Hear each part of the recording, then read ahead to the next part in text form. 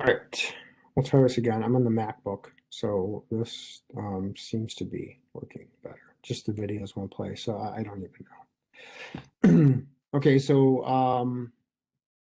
I just redid this the second time and then the computer crapped out, so I'll do it again.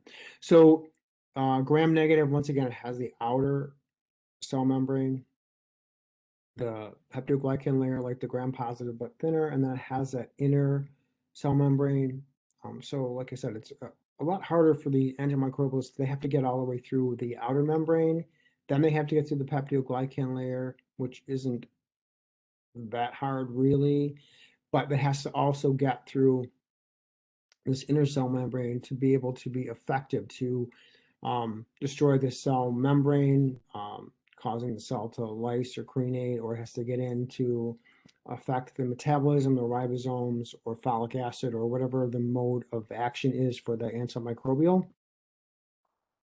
And some of these are so resistant, we have to hit it with one or two, or two, one is three because it's more effective. And but we'll talk about some of the really, really resistant bacteria that we may have to do a combined drug treatment for those.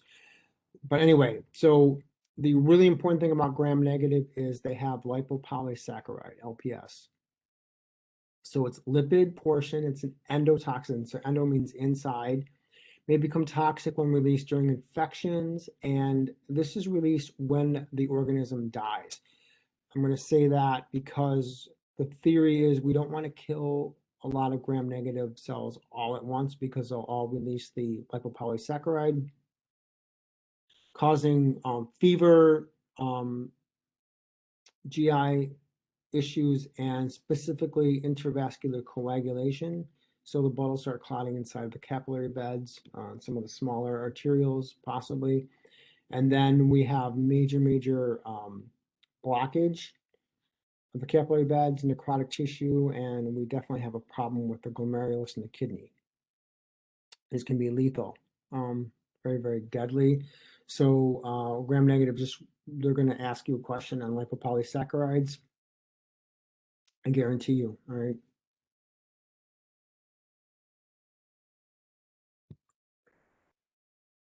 And a lot of this can block the immune response. So your body has a problem dealing with the gram-negative bacterium. So contain porins like aquaporins. You guys probably have heard aquaporins is how cells used to, or some membranes get water in and out, but these have little porins, protein tubes, I guess, that help things move in and out of the membrane through regulation. All right. And this is a representation of a gram-positive on the left, gram-negative on the right. And this, I always say, reminds me of the game Candyland. You are all probably too young to know what that is, but the whole game board was made of these things that looked like this. But the important thing here is I want you to realize this is the peptidoglycan layer of the gram-positive, and as I stated before, it's 80 to 100, it could be 40, very thick.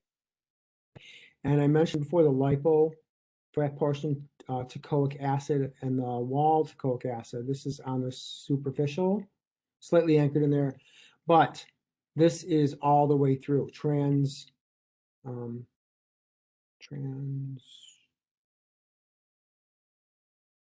think of the word, but it goes all the way through. It's called trans something. I can't remember right now. And there's your membrane proteins, so we can allow things in and out of the cell. This is really for structural purposes here, right? Phospholipid, like our biphospholipid layer. Oh. And the porins allow things in and out of the cell, lipo, fat and proteins. All right, but just realize we have porins on the outer membrane allow things in and out. Here's that lipopolysaccharide, LPS. So these are attached, but when this cell dies, these are released, and this is what causes that intravascular coagulation, the fever, the GI distress, and a lot of issues. So gram-positive, they have exotoxins, so they're released while it's still alive. And this is how you, like I said, you get the food intoxication if you consume This or Bacillus cereus causes major gastrointestinal issues. Staph aureus can do that. But generally, you just kind of have a little abort mission. You flush it all out. You should be good.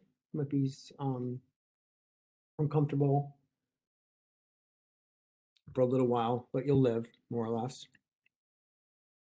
All right, so please realize when they ask you on an exam, what are the differences between gram-positive and gram-negative, right? So you kind of want to know what these differences are, but we're also going to exploit those differences when we do the gram stain. I'm going to show you the gram stain here coming up if everything stays working. All right, so once again, gram-positive is usually more penetratable. Gram-negative is generally less penetratable than gram-positive. So in theory, they're harder to get rid of. So the gram stain, it's a differential stain. All right, so when we say something's selective, if it's immediate selective, it will inhibit one type and it'll promote the other, or it'll just inhibit one and the other one has the ability to grow. And we'll go over that in lab, and I'll go over it again throughout the course. And I remember I'll bring that up as often as I can, but it's a differential stain that distinguishes cells, excuse me, with a gram-positive cell wall and most of the gram-negative cell wall. And you're going to say, well, why? Who cares? Who gives? Who cares?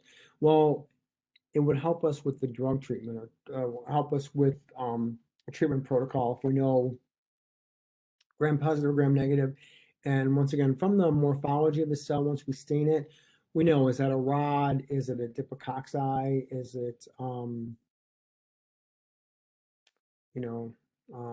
is it in tetras? Is it linear? Is it clustered? Does it have to tell us if a capsule? Oh, couldn't tell a capsule from this, but we can tell the gram-positive, gram-negative, and some of the cell shape. We might not know the species, but we're going to know the genus. All right, we're going to say, well, that looks like some kind of staph. I don't know what right now if it's Staph epi or Staph aureus. I'd have to do a catalase test or grow it on a mannitol salt agar or something. But at that moment, I know it's a gram-positive staph. At least I could tell that. Or if it's a gram-negative rod, I don't know. Depending on the flagella, if it had a capsule, we have to do further staining. But I know it's probably a gram-negative enteric. Probably came from the GI tract. So the person could have self-inoculated themselves somehow. It would give us a clue as to treatment or how the person could have developed or come across the infective agent.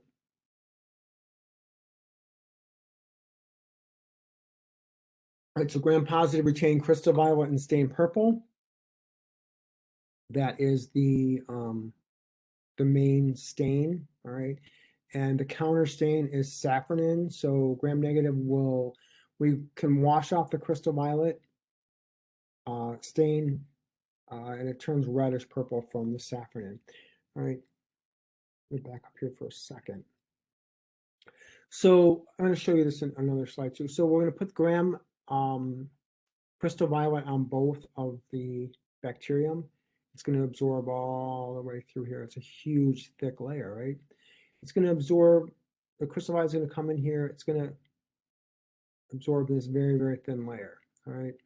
Then we're going to rinse it, and we're going to use decolorizer. Well, I'm sorry, we're going to add a mordant, right?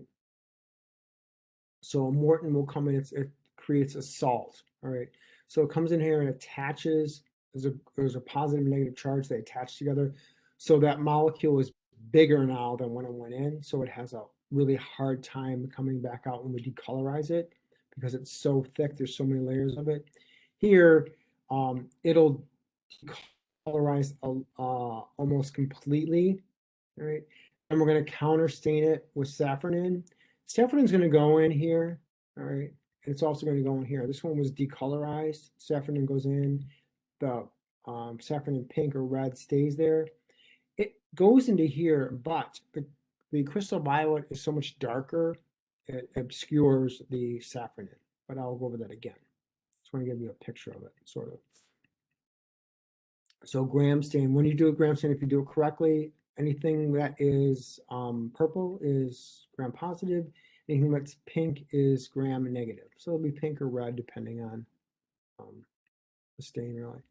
All right, so please, I know it's the holiday weekend and stuff, so please just start, hopefully you're reading ahead, but you know, whatever, know the gram stain. Okay, so microscopic appearance. So the first step, our primary stain, if they ever ask you, what's the primary stain for gram stain? It's crystal violet. It's never going to change. All right, so gram positive and gram negative are both going to take that crystal violet. Gram positive, remember, it's thicker. It absorbs the crystal violet in that great big peptidoglycan layer. Instead of it's 80, 100 layers thick. The teichoic or lipoteichoic acids in there. This is the gram negative outer membrane. Peptidoglycan, inner membrane, it has that lipopolysaccharide and the porins and things. So the crystal violet's in there, but it's much, much thinner. All right. Then I said we're going to add the mordant. All right. Okay, which is grams iodine. I don't know why it's all messed up. Grams iodine, we're going to add it to that. So it's going to go in, and I said a mordant produces a salt. Positive and negative ion come together, it's considered a salt. All right. So if you look here, we add the grams iodine, and these molecules get bigger. So we have a positive and negative charge. So they went in, but they're going to have a harder time coming back out because they're bigger than when they went in. They both went in as ion, but they attached and formed a salt. It's bigger. They can't come out. The same ions forming, or the same salts forming in here, but it's much, much thinner, okay? And there's the periplasmic space in there. So now we're gonna use alcohol or acid alcohol. It's a decolorizer, all right? So that means it's gonna go in, it's gonna bleach out, it's gonna pull the color out of the slide, all right? But it can't really pull the color out of here because it's so thick. It'll pull a little bit of it out, but not a lot of it. This is so thin, it's got those porins in it. The alcohol comes in, it literally pulls the majority of the stain out. So this is theoretically at the end of this stage. Crystal violet stays in there. It's kind of locked in there with the mordant.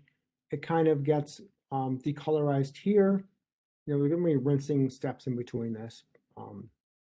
And when you rinse it, by the way, don't power wash it. Rinse it, okay? Don't blast it. And remember to heat fix your slides. Or in lab, remember I told you if you don't heat fix it, when you go to rinse these, you're going to wash it all off. And then you're going to say, Dr. Phil, I didn't do stain. Sam, did you heat fix it? I forgot that step. Oh, try it again. All right, so here's safranin, and I know because I've done it.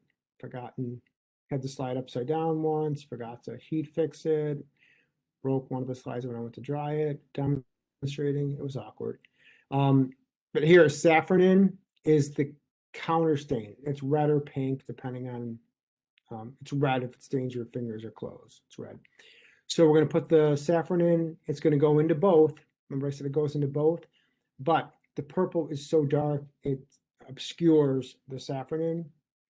It goes in there, but it doesn't really show up. And then this is gonna absorb the safranin, we're gonna rinse it off.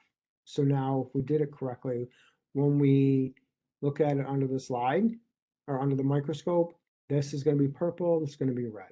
So we'll give you purple or red and the morphology.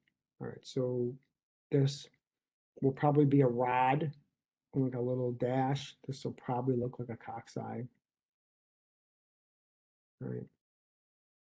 So non-typical cell walls are ones that don't do the gram stain, they don't take a simple stain. So they're going to have like mycolic acid on them, waxy coating. So we have to do like an acid-fast stain on these. So some bacterial groups lack a typical cell wall structure. Microbacterium nocardia is a gram-positive cell wall structure, but they have a lipid mycolic acid or cord factor.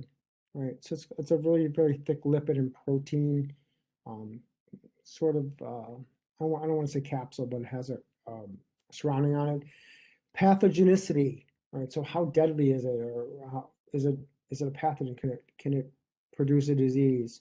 And high degree of resistance to certain chemicals and dyes. Because of this cord factor,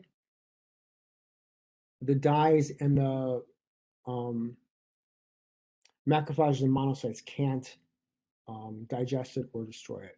Basis for the acid-fast stain used for diagnosis of infection caused by these microorganisms. So very, very specific staining process. We do a gram stain and we're like, nothing took. Okay, well, we're probably looking at a microbacterium, and that would be probably from a sputum sample, most likely. Some have no cell wall at all, mycoplasm. So cell wall is stabilized by sterols, just like sort of like cholesterol in our biphospholipid layer, but a little bit different. But these are pleomorphic. So if you see that word, that means that there's no specific shape. They're so pliable that they literally take on the shape of whatever they're in contact with. So think of it like I guess I would say maybe like a bean bag, or if you, yeah, or if you had like a Ziploc bag full of water and you just kind of threw it, it would wrap around whatever surface it was on. So similar to that. All right, so the cell membrane structure, sure I'm recording this. Okay. So I don't want to do this a fourth time.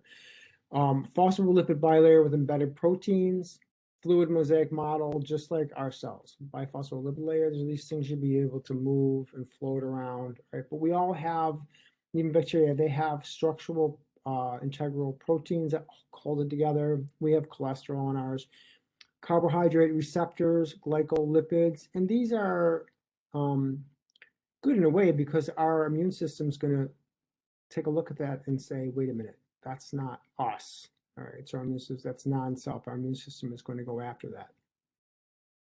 Providing site for energy reactions, nutrient processing, and synthesis. So remember, these don't have, they don't have digestive systems. So if there's something on the outside that they could use, a lot of times they have to secrete an enzyme to break it apart. Like we have digestive enzymes that break things apart in our digestive system. They don't have that, so they excrete the enzyme, it breaks it apart externally, and then it can reabsorb it in that form. Passage of nutrients into the cell and discharges the waste.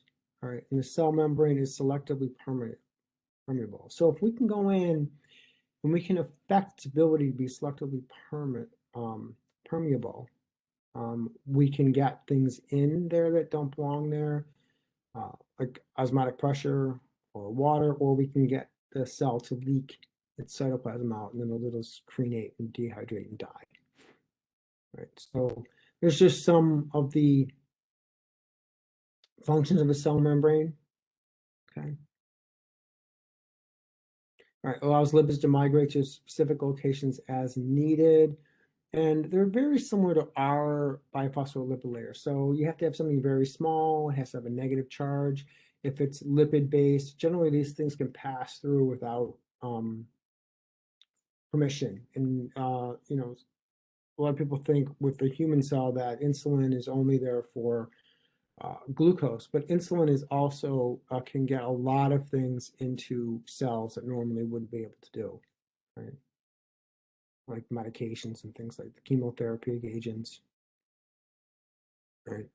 So inside the bacterial cell, these are bacteria, not eukaryotic. They have a cytoplasm, like I stated in the beginning, dense, gelatinous solution of sugars, amino acids, and salt. So just think of it, it's not water, but it's kind of like very, very not super viscous, like gelatin. All right, so it's a little bit of protein based. 70–80% water, serves as a solvent for materials used in all cell functions. Very similar to our cytoplasm. Right? And then we said before, it can hold larger bodies. Chromosomes are in there, ribosomes are in there, granules and actin strands for structure. Okay. There's a chromosome. All right, so nucleoid doesn't have a nucleus, has a nucleoid. Major distinction. Single circular double-stranded DNA molecule that contains all the genetic information required by the cell. All right. So that's how it varies. They have a nucleoid and they have a single, not double, circular double-stranded DNA. So when these go to reproduce, it's kind of like an embroider hoop. It'll start rotating, it'll just start opening and flipping, and these can run replications simultaneously, lots of them. All right, so bacteria are pretty pretty awesome. Anyway, plasmids. All right, so this is where the conjugation, the plasmids are genetic information, but it's not for reproduction. So these are free, small circular double-stranded DNA, not essential to bacterial growth and metabolism. So this is what we're going to use in genetic engineering. These are readily manipulated and transferred from cell to cell through those conjugation pili. So we can go in and we can alter some of the genetics and we can transfer it from cell to cell. We want to do some genetic engineering. So I wrote some things out here for you too. Single cell DNA designated as the bacterial chromosome. A few bacteria have multiple or linear chromosomes. For this course, just realize it's single circular DNA. Ours is double helix, remember? DNA designated as a bacterial chromosome. Do not have a true nucleus, they have a nucleoid. DNA is enclosed in a nuclear membrane in the central area called the nucleoid. Can contain additional genetic elements called plasmids. All right. All right. During replication, they're duplicated and passed on to their offspring. All right, so there's no, through binary fission, they just pass it all on. There's no mixing of DNA between two different, right? All right, although they're not necessary for survival, they generally pass on favorable traits to offspring. The plasmids, all right, so these are what's going to send the, they're saying favorable traits, or we call them resistance factors, or something that's going to make it more viable. All right, plasmids are used in the science of genetic modification. All right, we're talking a lot about the proteins when we start, ribosomes, we start talking about genetics, DNA. A lot of people think that's really boring, and it is a little bit tedious. A lot of instructors tend to not go over it, and they tend to not go over a lot of the immune system. So I'll be going over genetics somewhat intensely. I'll go over the immune system a little bit more intensely because we're in microbiology, you're going into healthcare, you really should have the basics of the immune system and how it works, so you can have an intelligent conversation with someone, or if someone's talking to you about the immune system, you'll have an idea what they're talking about, right? And if you've talked to anyone recently about the current situation, probably 70% of them have no idea what they're talking about. They probably got their information off one of the less than desirable news channels out there. Anyway, ribosome is made of 60% ribosome RNA and 40% protein.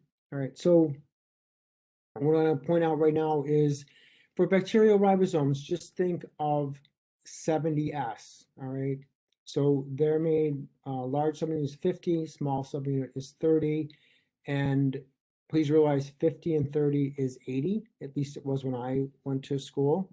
Maybe it's changed, but this is just an average. All right. And when these things, when the ribosomes, when the messenger RNA comes along to give us the codon to make the feed through here, these will line up, and then the A site, the P site, and the E site will start attaching these amino acids in a very specific order, regulated by the codon, and then they'll exit here at the E site. This this lines up first and this thing comes along. So these things are not together unless it's going into replication, but we'll go over that again. I just want to point that out more than once, so you've heard it more than once. Consists of two subunits. All right. Prokaryotes differ from eukaryotic ribosomes in the size and number of proteins. That's true, except for that exception. The mitochondrial DNA, which you got from your mother, is 70S. That's how we know. We don't know, but we're very, very sure that the eukaryotic cell came from to a prokaryotic cell that engulfed another prokaryotic cell. So the site of protein synthesis found in all cells. All right, so that's one of the structures that all cells have. They have to be able to make protein, enzymes, and certain things. And a lot of the antimicrobials, if they work on the 50S or the 30S subunit, or they work with analogs or whatever, we can find a way of destroying them at some point. The only problem is we start destroying the mitochondria. Now, some cells like kidney cells, the proximal convoluted tubule, or cells that are very, very metabolically active, need a lot of ATP, they can make new mitochondria at will. So it's usually sometimes not a problem, but there is something that I didn't even know about until about 6 years ago. One of my patients told me, super healthy, yoga, fit, you know, you'd look at her, great shape, took care of herself. She said she had a mitochondrial disease, and I had no idea at the time what it was. But she literally had no energy. She couldn't produce ATP or much of it. She had enough for basic metabolic activities, but crazy, right? All right, so made of ribosomal RNA or rRNA, depends. All right, they'll just condense it, abbreviate it, the rRNA. S units rates molecular size of various cell parts. When centrifuged, heavier components settle out faster and they're heavier, and that's how they get the higher number. So remember, it's 50, 30 comes to 70. So overall rating for prokaryote is 70S. All right.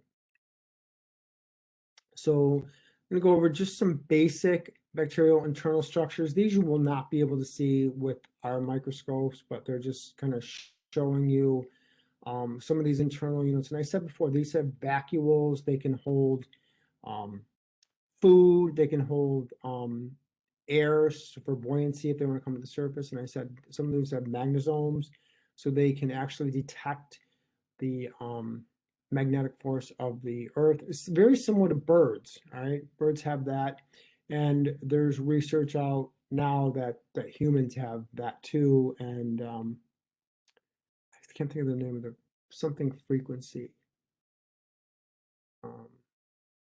that we're attuned to. And if they find that if people are below the earth for a long period of time, they go wacko because of, never mind, doesn't matter. All right, so intercellular storage bodies vary in size, number, and content.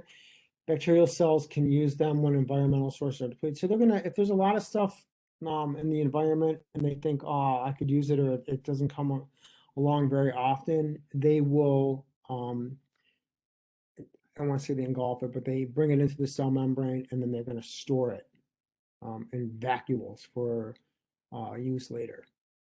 Right? It's kind of survival of the fittest type thing. Inclusion instructions within a cell. So inclusion or storage of nutrients in times of abundance. Gas vesicles allow for buoyancy. Granules, crystals of inorganic compounds. That might be rare, that they might need in minute amounts, but they're going to grab them and keep them in case it's depleted in the future. All right. Magnetosomes direct bacteria to the Earth's magnetic field, which is super cool. There's a cytoskeleton. So I just realized bacteria, as small as they are, they still have to have some kind of structure. Even mycoplasms have a little bit of structure. They're not definitively one shape, but they have a little bit of structure. All right. So I'm going to go over endospores. You know, I talked to you guys in lab, and I think I mentioned in lecture how everyone, you know, Lysol kills 99.9% of whatever's out there. The 0.1% is the endospores, and the only way you can kill these is autoclaving it. Tyndallization will generally do it, and theoretically, hydrogen peroxide in a high enough concentration for a long enough exposure time can theoretically do it. But endospores, I mentioned before, they found them that are thousands of years old, or even in like in Egypt in the pyramids, they found them and they were able to sporulate or germinate. They came back to vegetative cells. It's absolutely mind-boggling. Okay, so these inert resting cells produced by some gram-positive genera. So all we're going to be dealing with in here is Clostridium, like C. diff, Clostridium perfringens for gas gangrene, Bacillus subtilis, Bacillus cereus for food poisoning. But just realize these are spore formers. All right.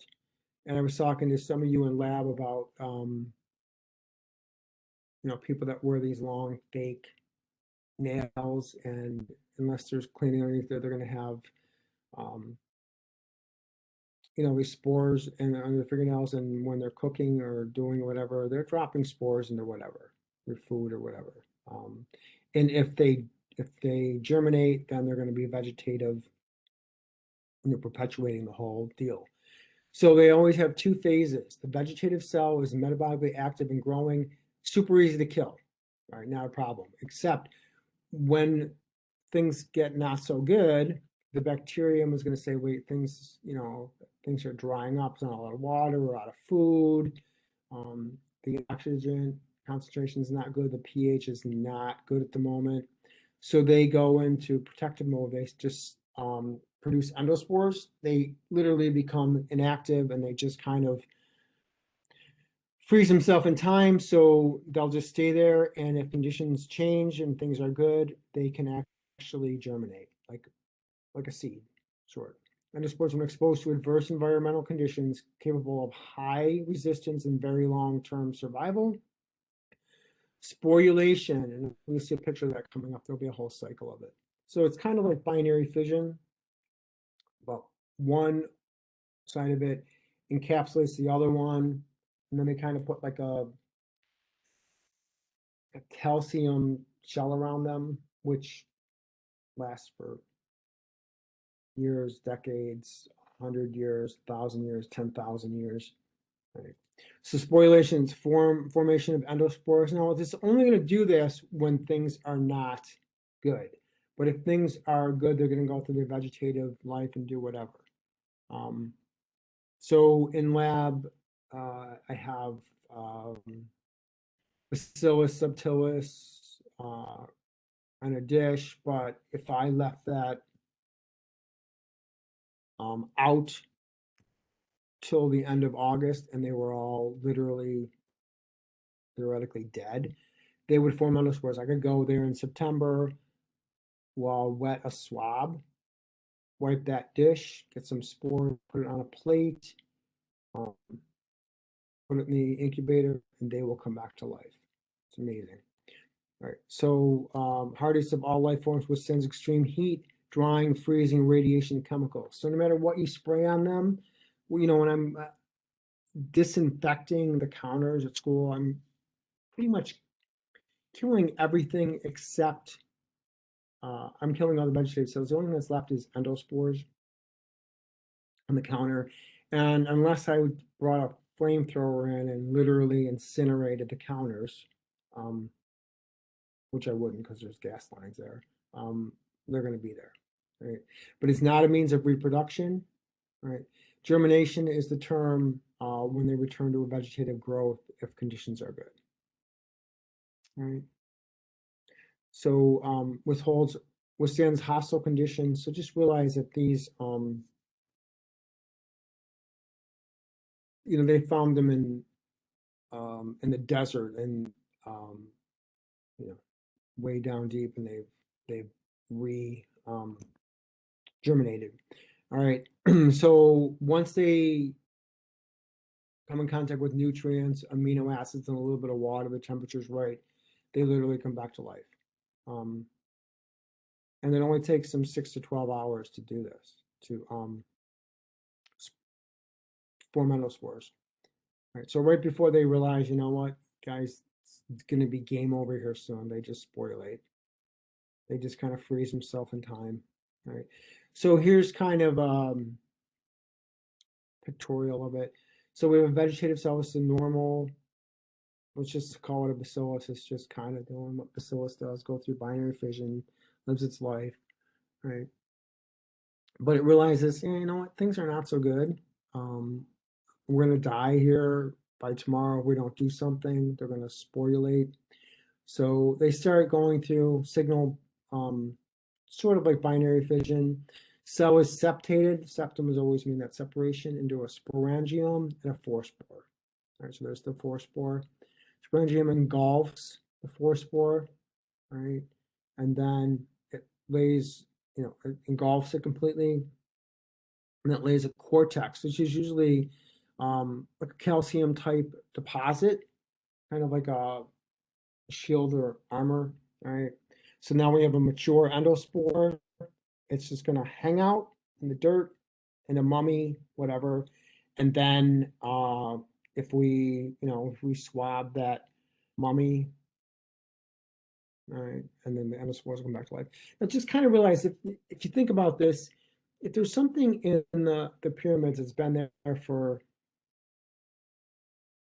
well, longer than we think. All right, so just say a very, very long time. No, there's no water, there's no, at some point in time, there's no food source at all. So this is completely a dead area.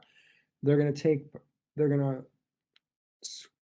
swab part of that or put part of that, let's just say theoretically in a petri dish and an incubator, and these bacilli or Clostridium come back to life. All right.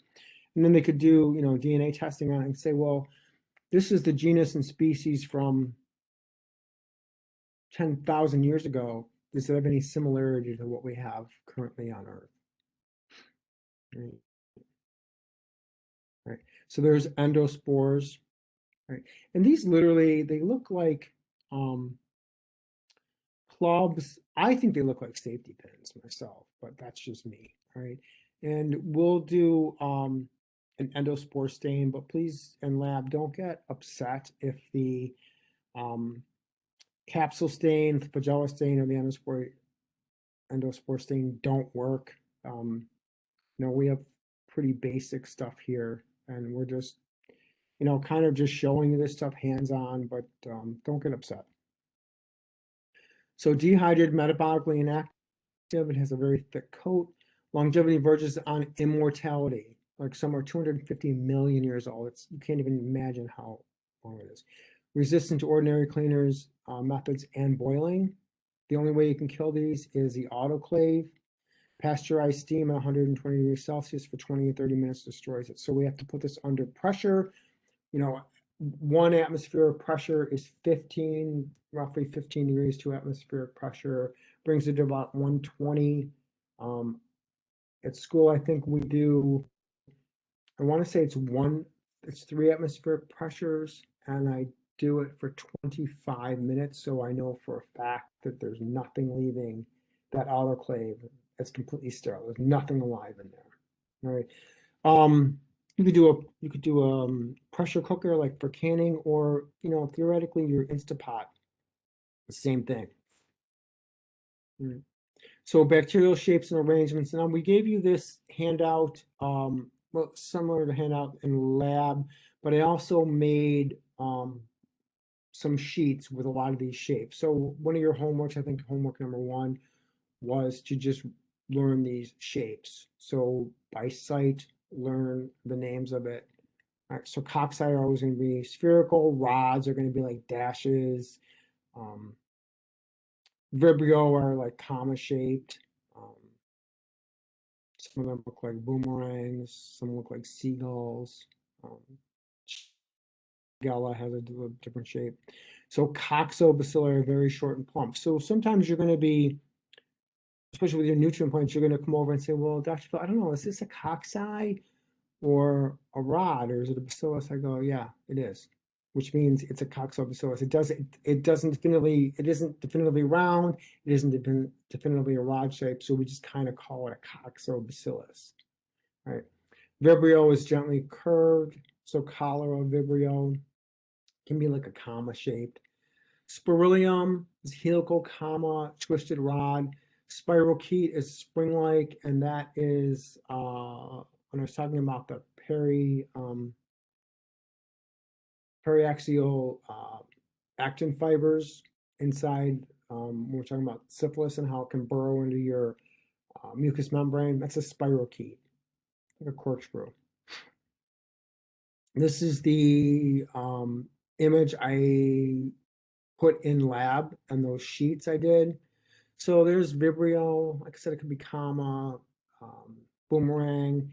There's a rod, right? So most like gram negatives gonna look like that. All right, this, well, what is this? It's a coxo, I don't know. It's not quite round, it's not quite a rod, it's kind of in between a coxobacillus, whatever you want to, however you want to name that. There's definitely cocci, they're very, very round, all right? And by the way, this arrangement, depending on whether it's like this one right there, I think we caught that guy in the middle of binary fission. All right, so these go through binary fission, but these go binary fission in the X plane, the Y plane, and the Z plane all at once. So they're going to be staff, all right, clusters. Now, if it's strep, they're going to look very similar, but they're going to be very, very linear. So they only go through binary fission in one plane, right? And then on your sheet, you look at tetrads are going to be cuboidal. So the shape of how the colonial morphology is contingent upon how or where they go through binary fission, right? So there's beryllium. I think we have a few slides of that. I think Dr. Bailey had me order those. I don't remember exactly. There's some spirochetes. These are going to be, they just turn. All right, they look like corkscrew, or if you have one of those dog runners, you can screw into the ground so your dog doesn't take off if you're at the park or whatever. Very similar to that. Pleomorphism, we're talking about that microbacterium. I said they were pleomorphic. So I use the analogy of a bean bag or a Ziploc bag. So these literally, they kind of take on the shape of whatever they're up against. So variation in cell shape and size within a single species. And that can also mean that some species, they don't have a definitive shape. They go through binary fission and they have all kinds of assorted shapes. We don't understand why. Palisade arrangement, that's on your homework. That's going to look like, if you ever seen a picket fence that's kind of falling down, they're kind of all lean, they're kind of sort of attached. All right, so they were probably through binary fission, they kind of were lined up, but they're all ratchet looking or crooked.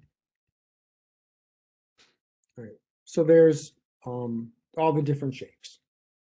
Oxide division in one plane, diplococci is 2-cell. This is strep. Cocci, diplo 2, not diplo like Sirius Station 51. This is Streptococcus. And this is how this is probably, won't be purple, but Neisseria gonorrhea. That's gram negative, but they look like that, okay?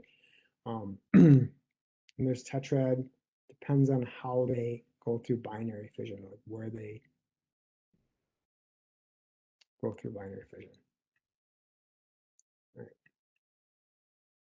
So this should be the end here, I think. Classification of the prokaryotes.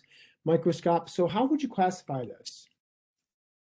Microscopic morphology. So on the microscope, what does it look like? Rod, cocci, diplococci, strep, staph, linear, clustered. Macroscopic morphology. And we looked a little bit at lab. I think 5B2, we pulled out some plates and we were looking at some of that. But the cloning, how did the cloning morphology look? And if you're in lab, we did streak plates.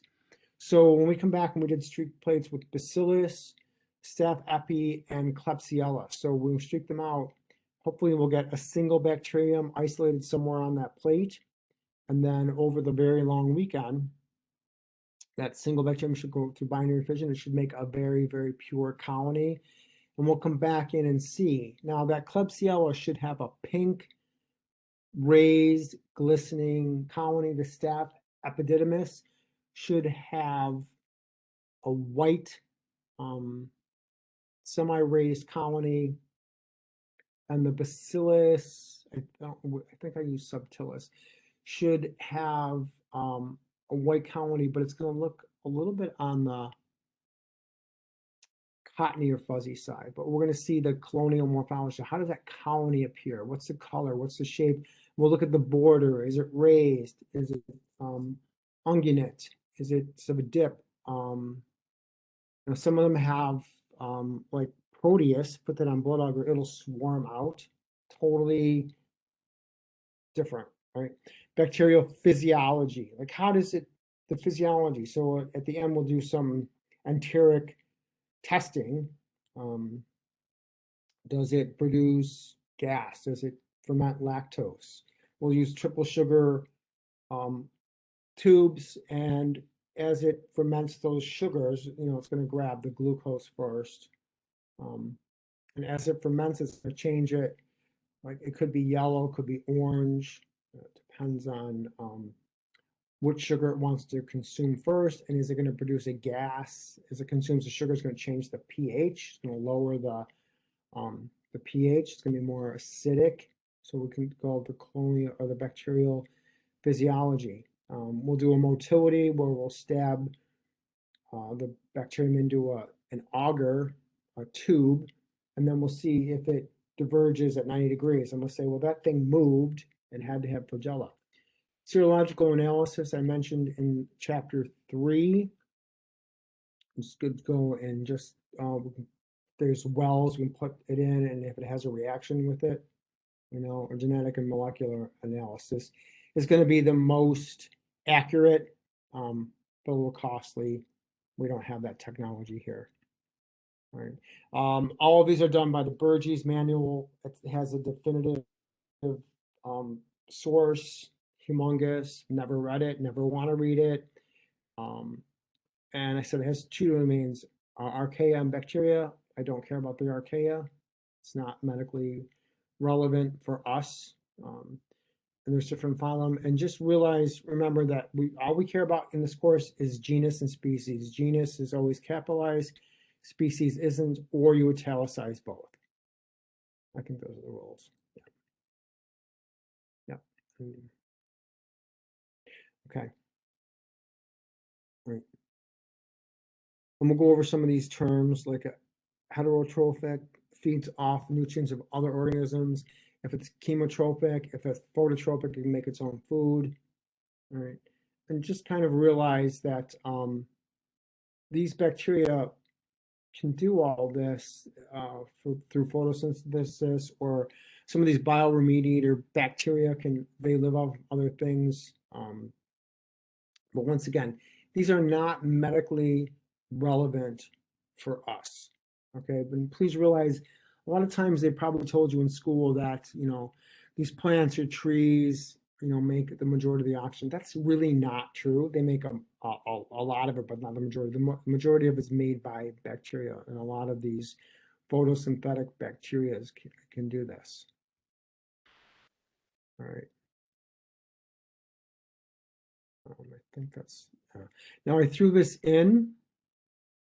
This is from later on in the book, but the reason I did is if you want to print this out or start looking at it, what you really kind of want to do after the break, we really want to start learning ahead of time, like pick E. coli or pick Klebsiella or pick something that we're doing in lab and just really kind of learn about it. So towards the end, you don't have to spend entire weekend learning, oh my God, E. coli, like it's gram negative. It has, you know, it has flagella, it has the antigens, and, or, you know, oh wait, Klebsiella has the capsule, and you have to remember all that stuff, right?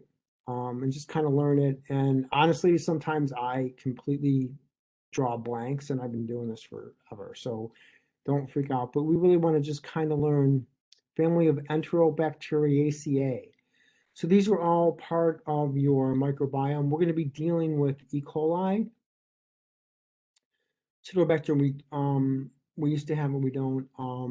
Salmonella, I had like a biohazard two of that, but I don't have it anymore. Um, yeah, because Salmonella, Shigella, if anyone is, um, yeah, I guess my concern would be if anyone was immune compromised or pregnant, theoretically, it would not be a good idea. But Klebsiella, we're going to be dealing with Enterobacter, we're going to be dealing with Serratia, Protus. We're not going to be dealing with Yersinia pestis or anything like that. That's the cause of bubonic plague.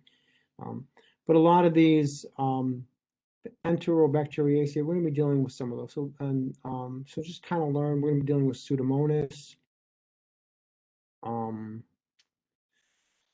Yeah, I think that's pretty much Proteus, just some of these. And then we'll get into some of the Rickettsia. Someone was just telling me there's some outbreaks of Rocky Mountain spotted fever in 5 or 6 different states that just came out recently. Tick-borne. All right. So, like I said, we only care about species and genus of these, and we'll be talking later about the types, and we'll talk about mutagenic chemicals, and if they can cause things to back mutate to a different type, then we can say, well, they're probably carcinogenic. We don't have to test that on animals. We already know that it would, the Salmonella typhi, if it back mutates, we already know if that, whatever that chemical is we added to the agar is probably going to, would cause human cells to mutate also. Yeah, that's all we care about on this chapter. Yeah. There's just some cool bacterial chlorophylls or photosynthetic pigments. So they're super colorful, but like I said, they're not going to be medically important to us, really.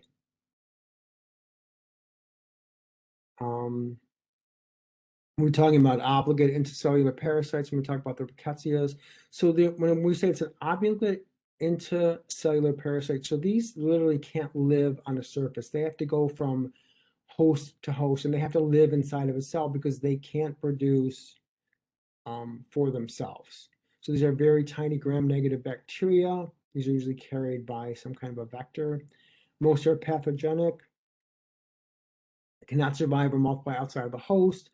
And Rickettsia rickettsii, like I just said, Rocky Mountain spotted fever. It just, there's a, I guess there was a, somebody sent me something this morning about how there's a outbreak in 5 different states. All right. And while I'm here, if you pay attention to the video, you watch it, please be careful this summer because we had such a mild winter. Deer ticks, Lyme's disease are going to be, they're going to be really prevalent. So, you know, make sure you're wearing clothes. I don't really love the idea of off with DDT or any of these other chemicals that you're spraying on or breathing in. But I would have to say, I think this summer would be a time when you want to wear that. And please check yourself. And if you're hiking or whatever, check your neck, your back where you can't see. If you feel anything, have somebody check. You know, if it's a spouse or a parent or sibling, or if you're at the gym, just say, you know, can, you know, not to be awkward, but can you just look and see what's going on back there? You don't want anything attached to you for a prolonged period of time because they could theoretically infect you with something, right? Chlamydia, all right, we'll talk about that. Sexually transmitted, usually tiny obligate intercellular parasite. These are not transmitted by arthropods or vectors. Chlamydia trachomonas, severe eye infection. All right, so you can get that. I've seen it before I taught and things like that. I actually still am. I'm an optician, so I've seen a lot of that stuff. As an optician in the mid to late 80s, I started and saw a lot of this. But this can be something a baby can get through the birth canal, or I've seen people get it in their eyelids, under their eyelids, and things like that. Chlamydia pneumoniae can cause major lung infections. All right, but the issue with that is, number one, how did it get into your lungs? And you would have probably had to have had some kind of cold or virus or something going on where your lungs were already pre-compromised or inflamed for that to happen. But we definitely don't want that in the lungs. Like I said, a lot of these things, especially the enterics, they're fine in the GI tract. We don't want them in the lungs. There's a lot of things we don't want in the lungs. The lungs are more or less, they should be sterile-ish. I mean, we have the alveolar cells in lungs, and COVID-19, COVID, whatever, SARS type 2 COVID loves those cells. Anything with a angiotensin converting enzyme receptor loves it. Right? And archaea, I won't even get into that, like I said. So if they ask you about something that you've never heard of or archaea, it's just they live in extreme environments. So it's going to live in something that's really, really salty, really, really hot, heavy pressure, something out of the ordinary. The archaea, they're extremophiles, right? Yeah. So there's they live in extreme environments. They adapt to heat, salt, acid, pH. The only exception to that would be like Heliobacter lives in your stomach and that low pH, but it has a way of producing bicarbonate. So it literally can raise the pH around its environment a little bit. Includes methane producers, hypothermophiles. So think about the hyper temperature lovers, extreme haliophiles. They love salty environments, sulfur reducers. All right, sorry for the lengthy video. I'll put this up in 2 parts. As you can tell, I like to babble, but